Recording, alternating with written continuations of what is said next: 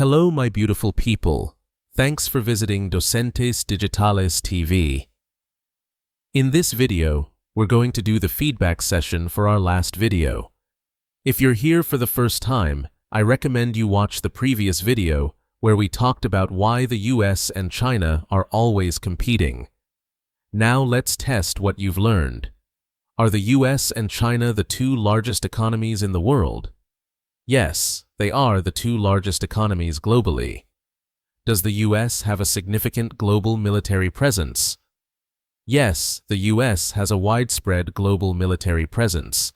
Is China investing in global infrastructure through the Belt and Road Initiative? Yes, China is investing globally through the Belt and Road Initiative.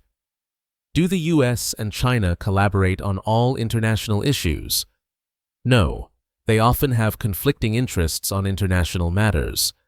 Is technological advancement a key area of competition between the US and China?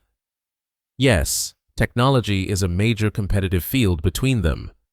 Do the US and China have identical political systems? No, they have different political systems. Is the South China Sea a region of strategic interest for both countries? Yes, both countries have strategic interests in the South China Sea. Are the US and China completely economically independent of each other?